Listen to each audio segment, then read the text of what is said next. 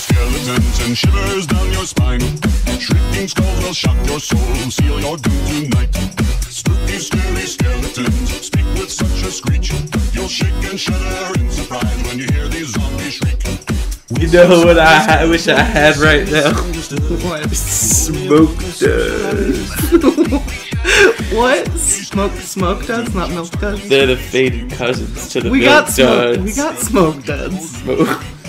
Smoke. Weed every day. Smoke weed every day. Can you imagine if milk duds, if you could smoke those though? That would be like a nice caramel hit with a little hint of chocolate. And that koosh, that Captain Cody. Ooh, like Captain Candy. Have some candy. You can smoke them. In my function. It's my dank dungeon. I'm so fucking ready. You put out a 10 with that shit. Baby, I'm always a 10. Oh, snap! But dick's so hard! It burns! Let into the pit! It burns! You always do it better than me. The pit is a vagina. Alright, so... Shit! So yeah, so this is Lotsa Pasta. Thanks for tuning in. This is the 4th episode we're recording with the new mic. You're the 4th person to record on this new mic, and I need to say, this mic sounds fucking crystal clean. Hey, I love sloppy quadruples, so man, just lay it on me. I'm ready to touch this big black mic.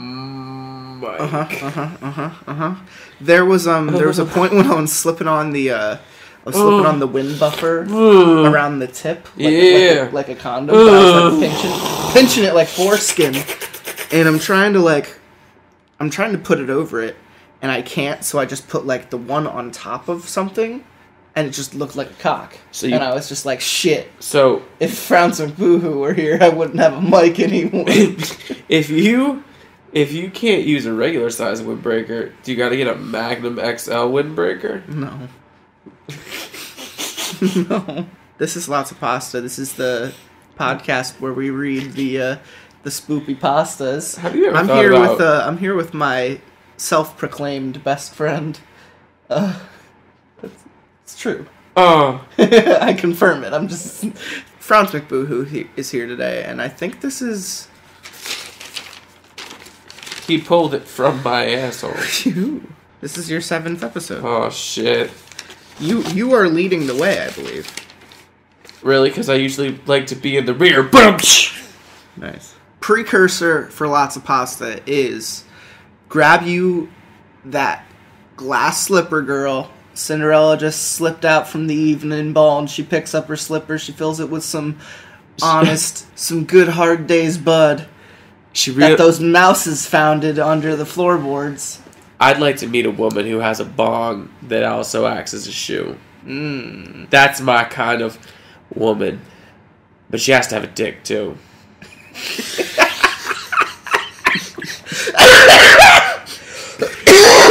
Oh.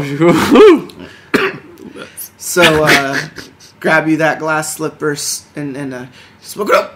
Take an extra bong hit for me. Take an extra hit to the dome piece for Frowns McBooHoo. Why are you calling out to all them single ladies? Because listen, we are straight edge. Straight as your sexual preference. Yeah. We're gonna start this episode, and I've found you some nice stories.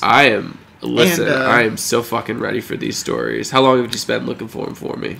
No, so this site is called Unsettling Stories. It's also a Facebook thing, but this guy, or woman, I don't know, it's an anonymous writer, just writes all these original stories. And this is the one from, we also did it, I think the last couple episodes we did it, but the first one I read was with Disco Dracula in episode 13. He's dancing. Where the centipede crawls into the pee-pee hole, and so this is the same writer that wrote that. So I always think I'm going to be surprised, but they're all relatively okay, you know. So anyway, this one's called "Why Do All My Lollipops?" Wait, no, I'm reading it. I introduce it. You want? I don't need, Okay. You don't need to Okay, read my okay. shit. I do it for everyone else. Okay. Let me take it away. Why do all my lollipops moan when I put them in my mouth? First of all, get your mind out of the gutter. Lollipop isn't a euphemism for anything else. This is serious. It's been like this since I was a kid. I'd never thought about telling anyone because I worried people would think I was either nuts or gay. Which means he sucked cocks. Where I live, those two labels carry similar stigmas. To be honest, I'm only mentioning it now because it's starting to get really weird. Alright, weirder. First, let me just give you an example of how this all normally works. I work at a pediatrician's office, so of course there are lots of lollipops to go around. I was finishing my shift when I felt my blood sugar tanking a bit, so I grabbed a Dum Dum Pop Mystery flavor lollipop, unwrapped it, popped it in my mouth. I love the mystery flavors, they're just so mysterious! Anyway, I absentmindedly sucked it while cleaning up my desk, when on cue, that sound started. Yeah!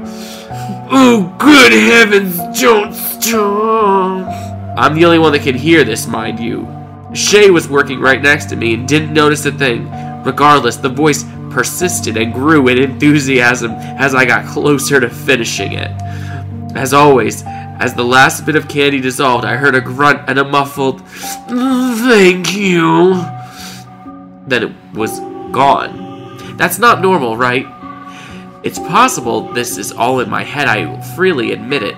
Still, there's something too tangible about the whole thing to make it truly think that I'm hallucinating.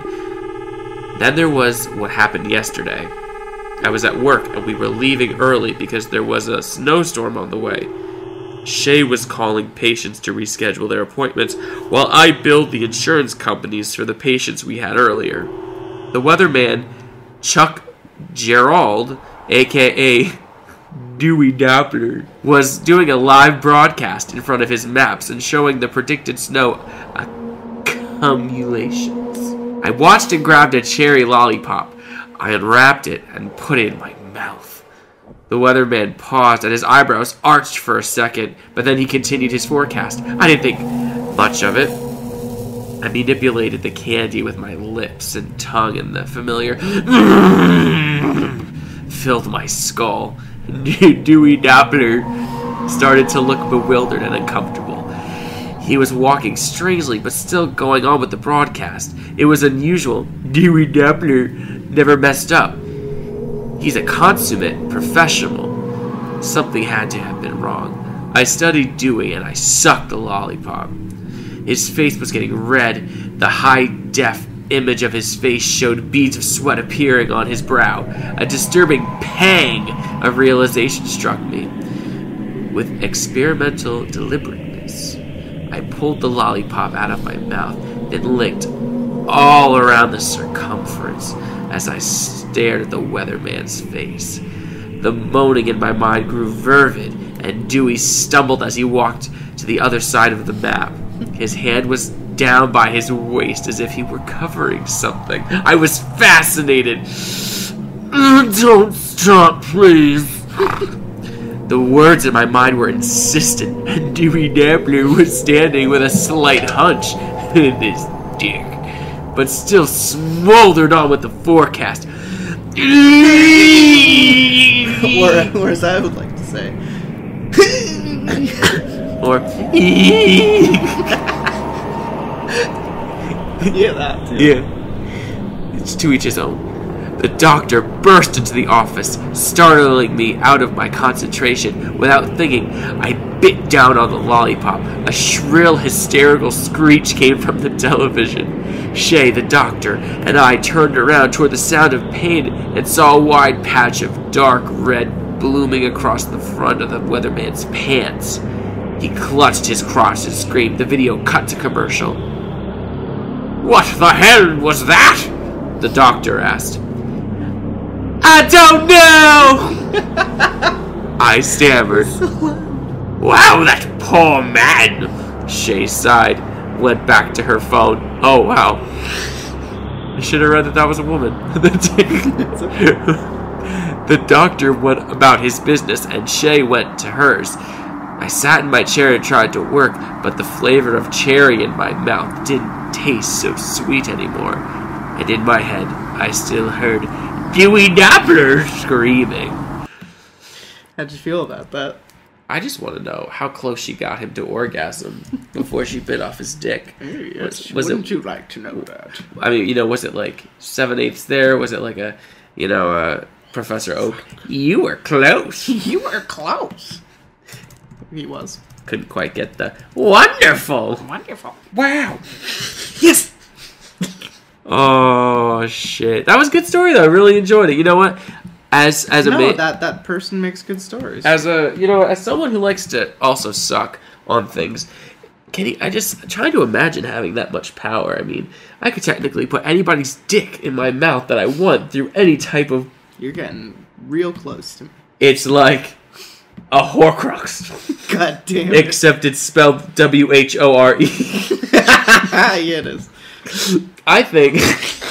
Yeah. You should paint your face yellow, get naked, run around and dress up like Banana Man. Because that's what you're doing. Paint yourself yellow and run around naked. And call yourself Banana Man. Do the hokey pokey. Turn it all around. That's what it's all about. This one's from the Other Side Tumblr, acronym TOAST. Who are you, Adele? Troll pastas from the other side. Hello. Hello. I'm gay. I like to walk around with makeup on and I say, hey, hey, hey. Hey, hey, hey. Hey, hey, hey. So this one is based off of real events. You could read about this story online. It's an actual location and actual sightings happen, and I think it's kind of cool. So this one's called the BunnyMan Bridge. After the Civil War, Fairfax County, Virginia became more populated and eventually an insane asylum was built there. No one wanted to live near the asylum, and because of the public outrage, the institution was shut down. The administration transferred the patients, and in 1904 the process was completed. During the transfer, some of the patients escaped and hid in the surrounding woods and forest. These individuals were lost, delusional, and dangerous. Most of them were found except Marcus Loster and Douglas Griffin. The local authorities found a trail they believed belonged to them, littered with half-eaten, mutilated bunnies. The trailer led deep into the woods to a tunnel bridge crossing Wide Creek. There they found Marcus hanging from the tunnel entrance. There was a note attached to his foot that said, "You'll never find me no matter how hard you try, signed, the BunnyMan." That tunnel has been called BunnyMan Bridge ever since. The legend says that if you walk all the way down the tunnel at around midnight, BunnyMan will grab you and hang you from the entrance to the bridge. You know, all I'm thinking about is that I know you're not a big fan, but ladies and gentlemen, I'm sure at least one of you who is listening to this podcast has seen Aqua Teen Hunger Force. There's an episode where Beat Wad gets this really cool shirt, and Shake asks him to summon something, and he summons this big pink bunny. And they're like, "Are you my snakes?" "I'm the Easter Bunny!" And then they make twins, and Frylock blows his face off. And that's just what I'm envisioning here. You know, we are all one mind. Pass me my bone. Bobby, we smoked that last week. I'm getting myself. Boom, boom, back. Ladies and gentlemen, while death is taking the hugest bong rip I've ever seen, I have to please remind you that we are sober and straight edge. And that noise was just me flapping out my anus. Choo. So. Kerchoo. Kerchoo. Oh. Strange deaths and phenomena have been connected with the BunnyMan Bridge. There was a young man from Clifton, Virginia, who came upon the bridge while traveling. Later, he killed his parents and dragged their bodies into the woods to hang them from the bridge and then killed himself. Like in that southern In 1943, 3 teenagers, 2 men, and a young woman were at the BunnyMan Bridge for Halloween night. 3 youths were found dead, hung from the bridge with their bodies slashed open. all with notes attached to their feet saying the same thing. You'll never catch the BunnyMan. Oof. In 2001, after hearing this tale, 6 local students and a guide searched the area. They found mutilated bunny parts during their search and left the forest after they heard noises and saw figures moving around in the woods. This is a great story. It's real. There's an actual BunnyMan Bridge in Virginia. Yeah. No, I mean, I love Zootopia as much as the next guy. Mm-hmm. Yeah. Mm-hmm. That fox really pulled one over on her. There was a woman in that movie? That bunny had a little pink vagina. I'm gonna continue on with this bridge shit. I'm gonna continue on with this bridge shit, though. How about you lose the southern, because you're already talking about fucking animals. Let's bring you up to New York. I'm already doing that, boy. I got a nice squirrel condom waiting for you. Squeal like pig. I put a squirrel around my cock and I shove it into other people. I hate you. Just stop. This one's also from the other side Tumblr. This one's called Screaming Bridge of Maude-Hughes Road. Maude-Hughes Road is located in Liberty Township, Ohio. It is reputed to have been the site of many terrible accidents and suicides. Railroad tracks lie 25 feet below the bridge, and at least 36 people are said to have been reported dead on or around the Maude-Hughes Road Bridge. Ghostly figures, mists, and lights have been seen, as well as black hooded figures and a phantom train. The legend says that a car carrying a man and a woman stalled on top of the bridge. The man got out to get help, while the girl stayed. When the man returned, the girl was hanging on the bridge above the tracks. The man then supposedly perished with unexplained causes. Oh. To this day, many people have reported hearing the ghost's conversations. Then a woman screamed, followed by a man's scream. Another popular and typical crybaby bridge story says that a woman once threw her baby off the bridge and hung herself afterwards. Let me see if I got any more bridge shit I could read. I'm gay on every day, and I'm sucking dick. I'm glad you picked it up. Every day, night and day, and I like my dicks and my butt. And the way they taste. And who would have thought you could put it in a butthole? Blacker. Listen, I take dicks of all color. Woo! Alright? Listen, I am an equal opportunity. Oh, shit. Dick master. You just went there. Cock master. I'm fucking ready. So ready. Alright. This one goes out to all you dicks out there. There's a lot of them. Tiptoeing the line of consent. Also from Unsettling Stories. No. God damn it. God damn it. You can't even say the next line. No. You can't do it. Ladies and gentlemen, I'm having a conundrum. I don't know what language to be.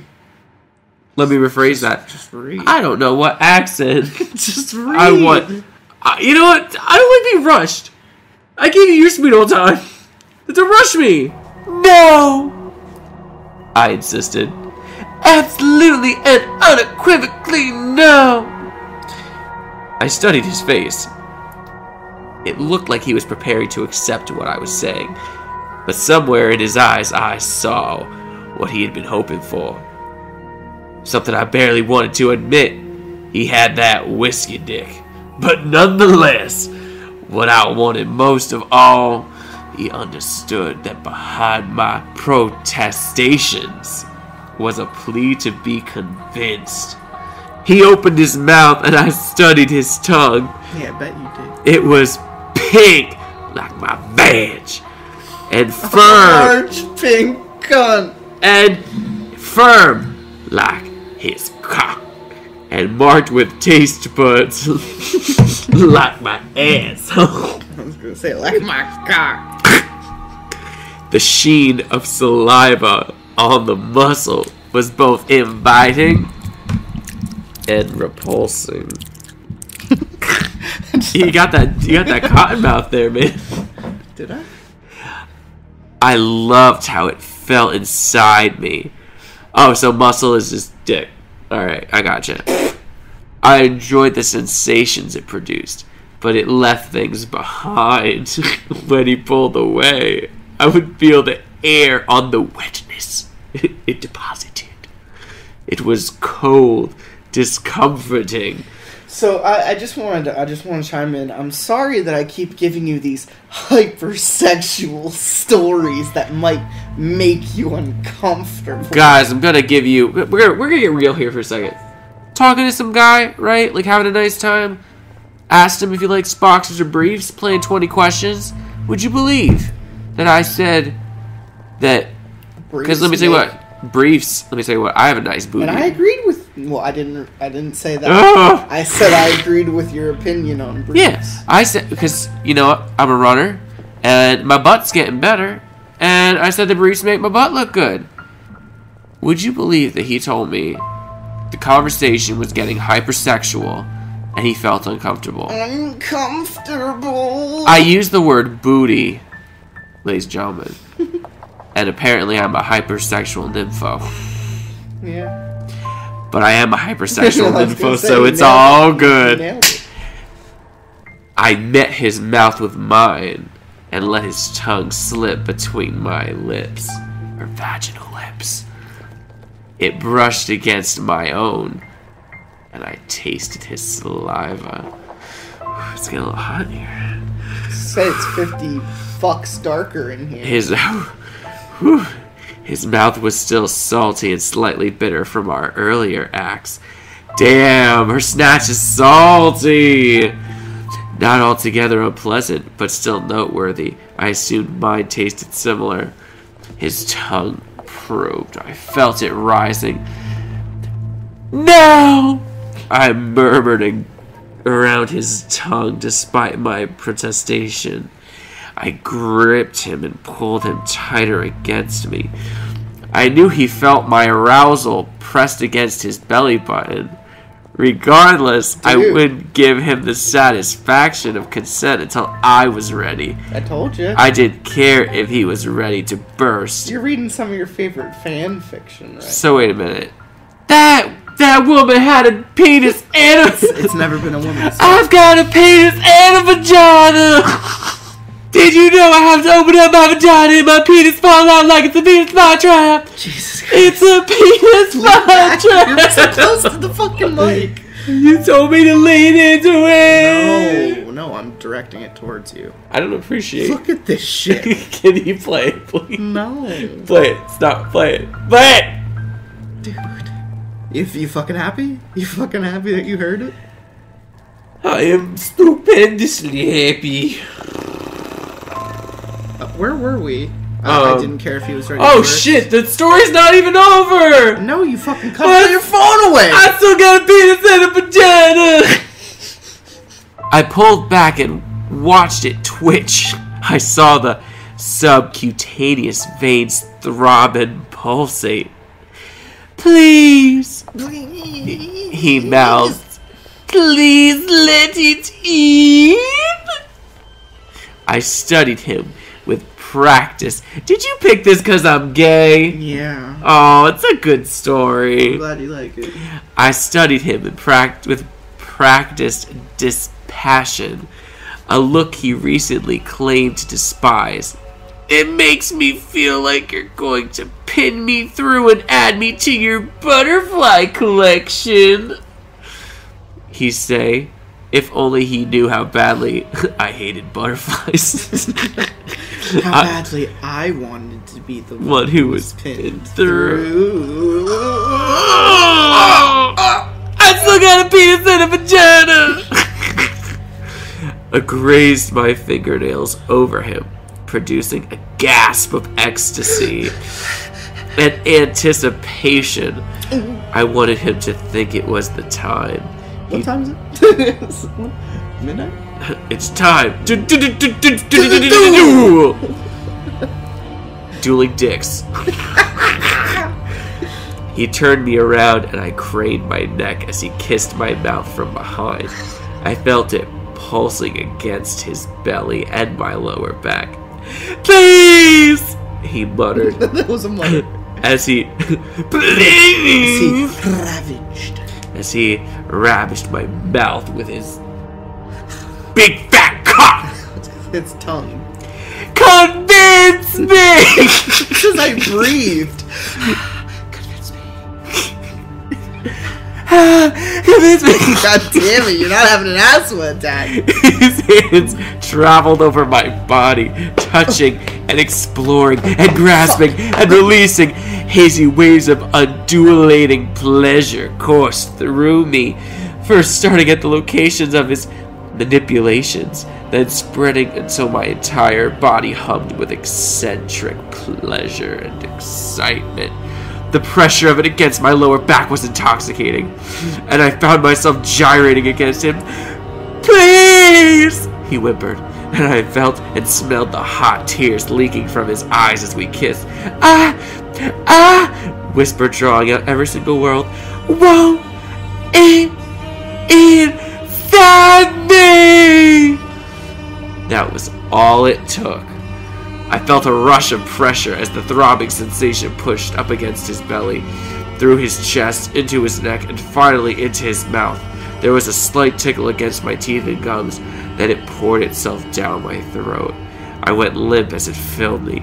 Foot after foot of his gift disappeared inside, still hot from his body. I felt its anterior chitinous plate scraping my tonsils and esophagus as it burrowed down. My throat distended, followed by my chest. As it got deeper, so did my belly. His lips were locked to mine as I felt it maneuvering through my intestines, until slowly then it stopped. I felt a thick, ropey vein throbbing against the corner of my mouth. I opened my eyes. He was staring at me. He smiled around its bulk. With our bodies together, finally, we shared the intimate moment I denied him for weeks. It spasmed and thrashed inside me, and my rectum, and my asshole. None of it mattered. The moment of closeness we shared together transcended the concerns I might have had before it was a part of a greater whole. His tongue lapped over my lower lip. It didn't have much room to travel, as it was being flattened by the gift we shared, but I managed to meet it with my own. His cold saliva around my mouth didn't bother me for once. Despite being overcome with pleasure, I felt pangs of guilt. To have denied him the closeness had been cruel. To have denied us this pleasure had been even crueler. But now I know, and next time there won't be any waiting. My answer will always be, yes! That made me uncomfortable. That made me horny. I got 5 minutes. God damn it. That's like those animes you kids watch, with the tentacles and all the holes at once. Holes and poles and dig it dig it. I like the way you work it. You said holes. In my diggity. About to fuck it up. I was talking about the Shia LaBeouf movie. Oh. Okay. Got a bit of a special. We don't usually do big hitters on your episode, but I saw it in passing and I figured we'll do it. Big hitter or a bog hitter? Both, I guess. I mean, yeah, that's right. I mean, we're so goddamn straight edge. We ain't doing shit in this basement, dog. Except being the best goddamn mouth whores from Timbuktu to Portland, Maine. This one's called The Rake. The Rake. No, not the Rake. Rake. This one's called The Rake. If people are fans of Slenderman and proxies and urban legends and like monsters like of that caliber, then you've probably heard of the Rake already. The Rake is very similar to Slenderman myth and stuff like that. This one's also from the Other Side Tumblr. During the summer of 2003, events in the northeastern United States involving a strange human-like creature sparked brief local media interest before an apparent blackout was enacted. Little or no information was left intact, as most online and written accounts of the creature were mysteriously destroyed. Primarily focused in rural New York State, self-proclaimed witnesses told stories of their encounters with a creature of unknown origin. Emotions range from extremely traumatic levels of fright and discomfort to almost childlike sense of playfulness and curiosity. While their published versions are no longer on record, the memories remained powerful. Several of the involved parties began looking for answers that year. In early 2006, the collaboration had accumulated nearly 24 documents dating between the 12th century and present day, spanning 4 continents. In almost all cases, the stories were identical. I've been in contact with a member of this group and was able to get some excerpts from the upcoming book. The Rake. A Suicide Note, 1964. As I prepared to take my life, I feel it necessary to assuage any guilt or pain I have introduced through this act. It's not the fault of anyone other than him, for once I awoke and felt his presence, and once I awoke and saw his form, once again I woke and heard his voice, and looked into his eyes. I cannot sleep without fear of what I might next awake to experience. I cannot ever wake. Goodbye. Found in the same wooden box were 2 empty envelopes addressed to William and Rose, and 1 loose personal letter with no envelope. Dearest Linny, I have prayed for you. He spoke your name. A journal entry, translated from Spanish, 1880. I have experienced the greatest terror. I have experienced the greatest terror. I have experienced the greatest terror. I see his eyes when I close mine. They are hollow, black. They saw me and pierced me. His wet hand. I will not sleep. His voice. All that continues is unintelligible text. A Mariner's Log, 1691. He came to me in my sleep. From the foot of my bed, I felt a sensation. He took everything. We must return to England. We shall not return here again at the request of the Rake. It was the sweet embrace of death in taking me from Trent Tachycardia. From a witness in 2006. 3 years ago, I had just returned from a trip from Niagara Falls with my family for the 4th of July. We were all very exhausted after a long day of driving, so my husband and I put the kids right to bed and called it a night. At about 4 a.m., I woke up thinking my husband had gotten up to use the restroom. I used the moment to steal back the sheets, only to wake him up in the process. I apologized and told him I thought he got out of bed. When he turned to face me, he gasped and pulled his feet up from the end of the bed so quickly, his knee almost knocked me out of the bed. He then grabbed me and said nothing. After adjusting to the dark for a half second, I was able to see what caused the strange reaction.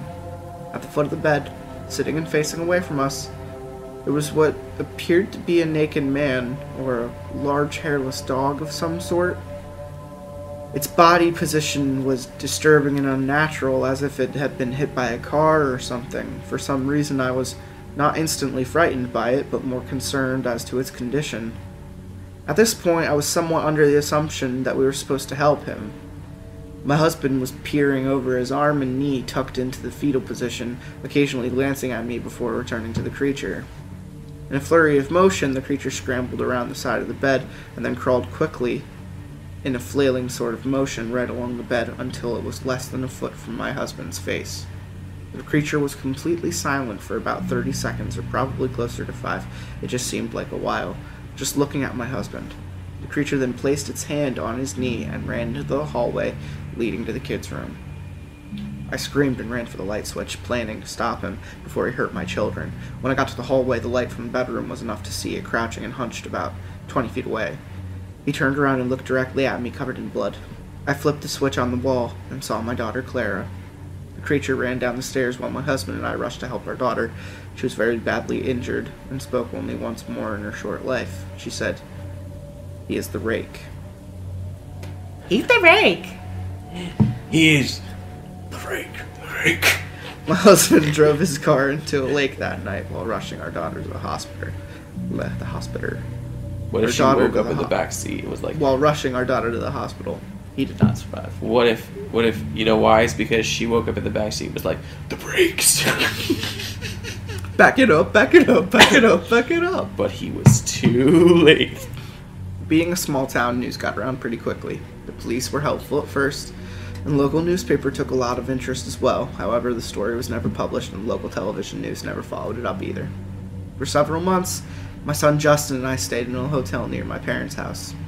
After we decided to return home and began looking for answers myself, I eventually located a man in the next town over who had a similar story. We got in contact and began talking about our experiences. His name was Rake. He knew of 2 other people in New York who had seen the creature we now referred to as the Rake. It took the 4 of us about 2 solid years of hunting on the internet and writing letters to come up with a small collection of what we believed to be accounts of the Rake. None of them gave any details, history, or follow-up. One journal had an entry involving the creature in its first 3 pages and never mentioned it again. A ship's log explained nothing of the encounter, saying only that they were told to leave by the Rake.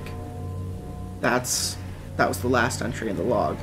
There were, however, many instances where the creature's visit was one of a series of visits with the same person. Multiple people also mentioned being spoken to, my daughter included.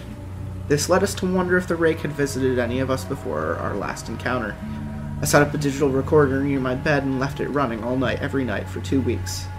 I would tediously scan through the sounds of me rolling around in my bed each day when I woke up. By the end of the 2nd week, I was quite used to the occasional sound of sleep, while blurring through the record at 8 times the normal speed. This still took almost an hour every day. On the first day of the 3rd week, I thought I heard something different. What I found was a shrill voice. It was the Rake.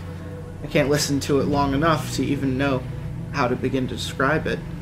I haven't let anyone listen to it yet. All I know is that I've heard it before, and I now believe that it spoke when it was sitting in front of my husband. I don't remember hearing anything at the time, but for some reason the voice on the recorder immediately brings me back to that moment. The thoughts that must have gone through my daughter's head made me very upset. I've not seen the Rake since he ruined my life, but I know that he has been in my room while I slept. I know in fear that one night I'll wake up and see him staring at me. If she thought the Rake was bad, wait till she meets the Hoe. God damn it. So, I think it's about that time. This is a troll pasta called Don't Google Big Black Banana from Ebola. Take it away. Let me get a presence here first. Let me just know what I'm going into. You take a sandwich.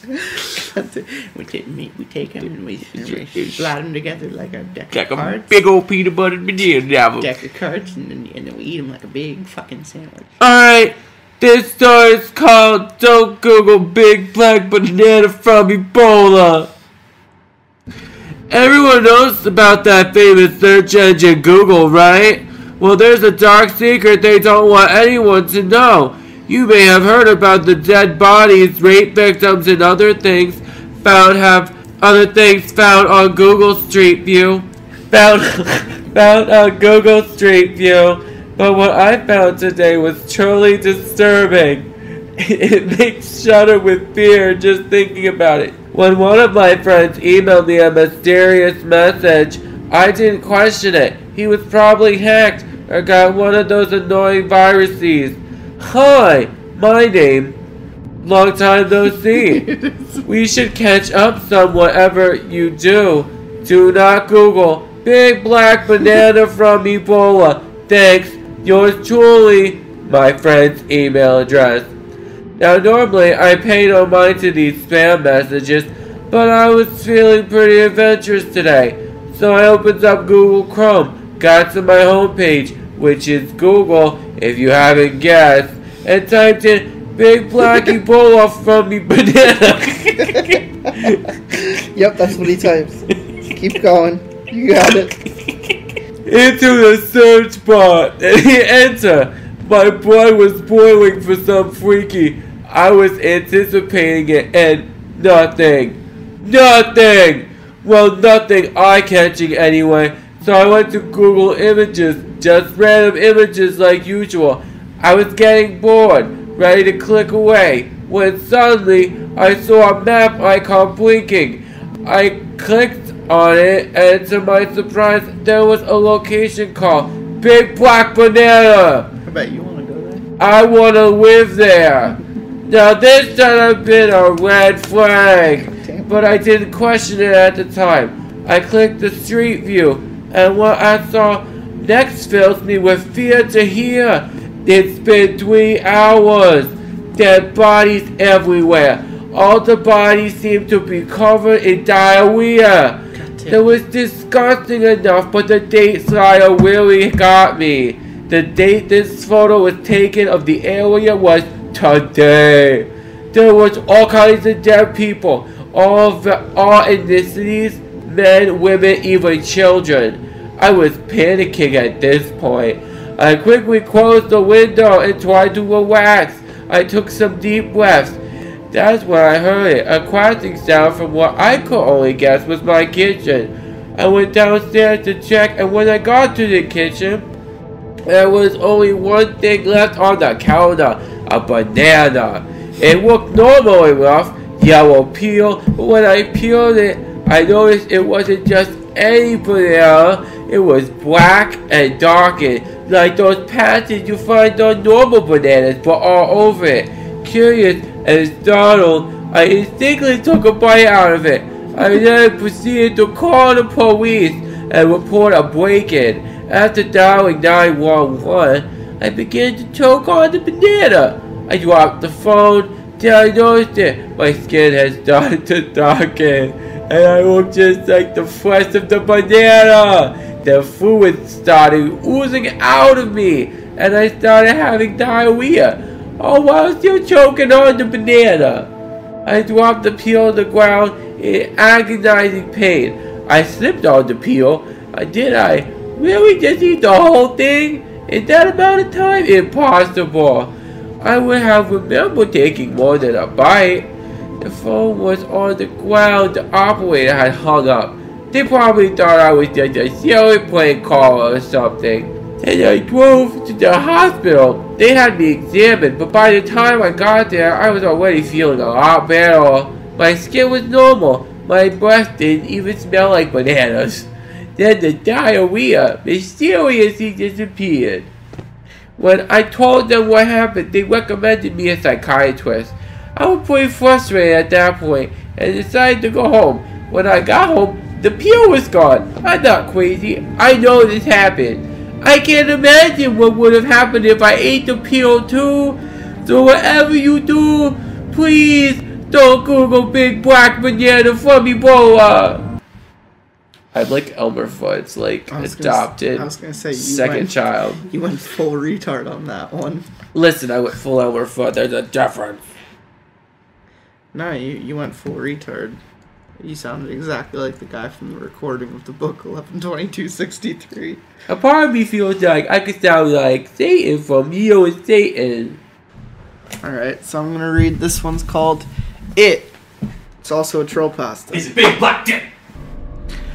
Everyone thinks that their home is the safest place on earth, right? Wrong. Right.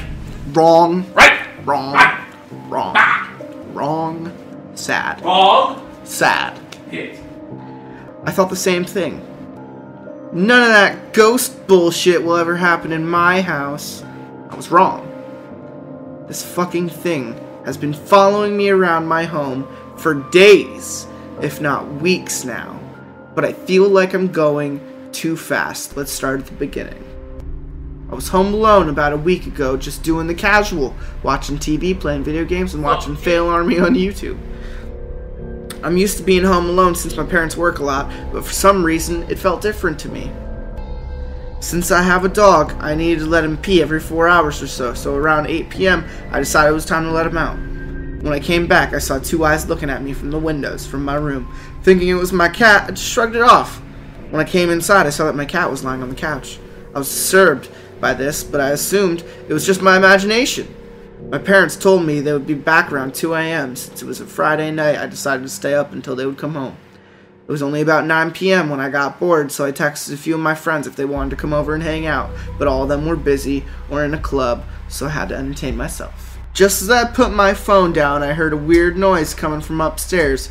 It wasn't like a voice, but it kind of was. I know it sounds weird, but that's the only way I could describe it. Checking the surroundings, I noticed both my dog and my cat were in the living room with me, so I closed the door from the living room so that they couldn't follow me. I was being paranoid, so I didn't want them to get hurt. Get yourself together, fucking wimp, I muttered to myself as I was walking upstairs. Opening the door, I stood shocked. I wish I could unsee what I saw. There it stood, It was a humanoid figure with long claws and ragged clothes. It stood with its back to me, thinking it was a burglar with some kind of twisted humor. I said as angry as possible, "Who the fuck are you?" It turned around. I was shocked at what I saw. Its face was deprived of any sort of emotion. It just stood there with those piercing eyes, and then it did something I didn't expect it would do. It smiled. It had long, razor-sharp teeth covered in blood. The only thing I could say was, "What the fucking fuck?" Then it just jumped out and disappeared. Shocked, I walked back downstairs and just sat in the living room until my parents came home. That night, it returned. I was lying in bed, and just as I turned to the other side of the bed, I saw it. Those eyes, those fucking eyes piercing through me again. It began to smile again. I wish it didn't. It kept looking at me the entire night. I managed to fall asleep, and when I woke up, it was gone. This has been going on for a week now. Everywhere I am in the house, it is always beside me, even when I'm typing this. Please don't let it in your house. Never. Never, never, never, never, never, never, never, never, never, never, never, never, never, never, never, never, never. That story was... Are getting back together, we... Oh my God. The story was written by Taylor. And you keep talking, I keep talking, is that talking, and we're talking about we are never, ever, ever any big back but no cocks. An unpopular young med student had... You didn't even introduce it. Getting ahead of myself, folks. It's about that time. My name is Annoying Med Student. Troll pasta. An unpopular young med student had been particularly annoying one day, and some of her classmates decided to play a trick on her. They snuck into her room after she'd gone to bed and placed an amputated arm into bed with her. The next morning, they anxiously awaited her reaction, but got none. Eventually, they went up to check on her and found her sitting on the bed, moaning and gurgling as she gnawed on the arm as it stuck from her vagina. So she took that hand and turned it into her own finger puppet. She was chewing on it. She was playing with herself. She turned it into a fucking Slim Jim. Oh, okay. I guess I'll close it out with the Irishman. I hate you. I'm 50% Irish. One day, there was a man walking down a street. Yes, a street. He was wearing a plaid kilt and really high socks. So anyway, he was playing his bagpipe. That I forgot to mention while I was explaining his physical attributes, like 90% of all 12-year-old scary stories do. And he heard a strange noise coming from his stomach. He said, "Aye, that can't be good. I think I might have a bit too many beans in that last batch of hummus." So he started on his adventure to find a bathroom to take a ferocious, explosive, really bad-smelling diarrhea dump into. He went to the local crack house, but they only had urinals. He checked all the grocery stores to no avail. He even tried taking a dump in the garbage can in the dollar store. Nope. It was too high to take an atrocious 3-foot-wide spray radius diarrhea dump into. After all, he didn't want to accidentally hose down half the store with molten shit. With molten shite. So he decided that he had to go to his neighbor's house to use their bathroom. He got there, and it seemed like there was nobody home. Luckily, he knew where the keys were hidden, so he put it in the doorknob.